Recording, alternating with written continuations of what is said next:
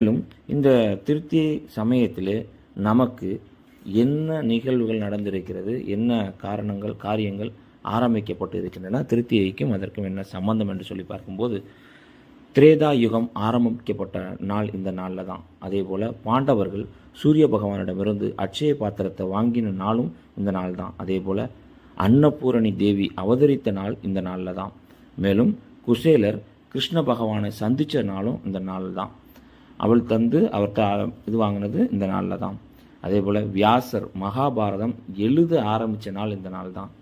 மேலும் குபேரன், அவர்கிட்ட இருந்த குபேரன் செல்வத்துக்கு அதிபதியே குபேரன் தான். ஆனால் அவரே அந்த செல்வத்தை இழந்து நிற்கும் பட்சத்தில் இந்த நாளில் தான் அவர் இழந்த செல்வத்தை மீட்டெடுத்த நாளாக இருக்கிறது. மேலும் கங்கா தேவி, கங்கை நதி பூமியை தொட்ட நாளும் இந்த நாள் தான், பூமிக்கு வந்த நாள்.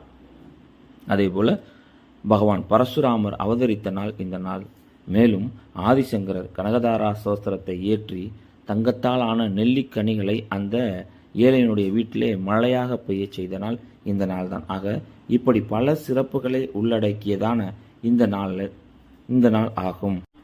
ஆக இந்த சிறப்புகளை கொண்ட இந்த நாளில் நம்ம தங்கம் வாங்கினாதான் நமக்கு பெருகும் அப்படிங்கிறது இல்லை, நம்ம கொடுத்தா நமக்கு கிடைக்கும். அதாவது அல்ல குறையாத அமுத சுரபி தான் அந்த அட்சய பாத்திரம் அப்படின்னு சொல்லி தான் கொடுக்கப்பட்டது. பொதுவாகவே நம்முடைய முன்னோர்கள் ஒரு பழமொழி சொல்லுவாங்க, இறக்கிற கேணி தான் ஊறும் அப்படின்னு சொல்லி. அதே போல் கொடுக்குற கையில் தான் சேரும் அப்படின்னு சொல்லுவாங்க. அதே போல் எந்த ராசிக்காரவங்க எந்த ஜீவராசிக்கு அதே போல் மனித உறவுக்கு தானம் கொடுக்கலாம் அப்படின்னு சொல்லி பார்த்தீங்கன்னா, இப்போ மேஷ ராசிக்காரவங்க எடுத்துக்கிட்டோம்னா மேஷமும் விருச்சகமும் எடுத்துக்கிட்டோம்னா அதற்கு அதிபதி செவ்வாய். ஆக அவங்க குதிரைக்கு தீவனம் கொடுக்கறது நல்லது. மேலும் அவர்கள் பருப்பு வடை வாங்கி கொடுக்கறது நல்லது. அதே சமயத்தில் ரிஷபம் துலாம் அதை எடுத்துக்கிட்டோம்னா கழுதைக்கு தீவனம் கொடுக்கறது நல்லது. மேலும் தன்னுடைய மனைவிக்கோ அல்லது கணவனுக்கோ ஒரு கிஃப்ட் வாங்கி கொடுக்கலாம். இந்த மாதிரி செஞ்சுக்கிறதும் நல்லது.